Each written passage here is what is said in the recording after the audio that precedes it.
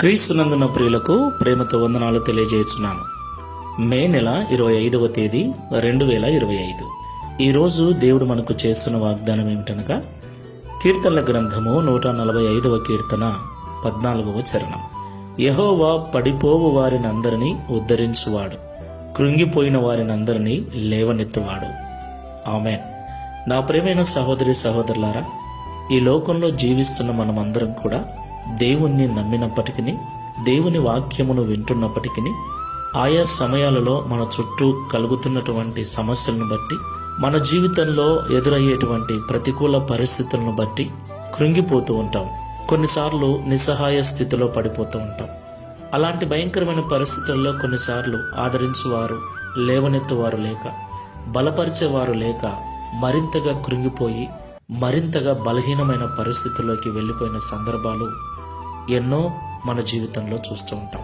అయితే భక్తుని ద్వారా దేవుడు మాట్లాడుతున్న మాట ఏంటంటే, నేను పడిపోవు వారందరినీ ఉద్ధరించేవాడనై ఉన్నాను, కృంగిపోయిన వారిని అందరినీ లేవనెత్తువాడనై ఉన్నాను అంటున్నాడు. దేవునికి మహిమ కలుగును గాక. ఈ మాటలు వింటున్న ప్రియ సహోదరి సహోదరుడా, కృంగిపోయిన స్థితిలో, పడిపోయిన స్థితిలో, లేవలేని స్థితిలో ఉన్నట్లయితే భయపడకు, బాధపడకు. ఎవరు నన్ను ఆదరిస్తారు, ఎవరు నన్ను ఓదారుస్తారు, ఎవరు నన్ను బలపరుస్తారు, ఎవరు నన్ను లేవనెత్తుతారని ఎవరి వైపు ఎదురు చూడకు.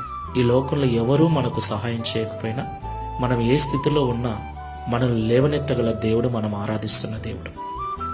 ఒకసారి ఆయన వైపు చూసి నిరీక్షణతో, విశ్వాసముతో ప్రార్థన చేద్దాం. ప్రేమ స్వరూపుడమైన తండ్రి, పరిశుద్ధమైన ప్రభువా, మీకు స్తోత్రాలు చెల్లిస్తూ ఉన్నాం. ఈ ఉదయకాల సమయంలో మాతో మీరు మాట్లాడిన ప్రతి మాటను బట్టి వందనాలు. అవును తండ్రి, కొన్నిసార్లు అపజయాల పాలైనప్పుడు, అవమానాల పాలైనప్పుడు, కొన్నిసార్లు జీవితంలో ఓడిపోయినప్పుడు కృంగిపోయినటువంటి స్థితిలోకి వెళ్ళిపోతున్నాం. సూటిపోటి మాటల చేత ఇంట్లో వారు, వీధిలో వారు, సంఘంలో వారు, అయినవారు కానివారు అందరూ కలిసి గొంతెత్తి మాట్లాడినప్పుడు ఎదురు సమాధానం చెప్పలేక కృంగిపోయిన స్థితిలో, పడిపోయిన స్థితిలో ఉంటున్నాం.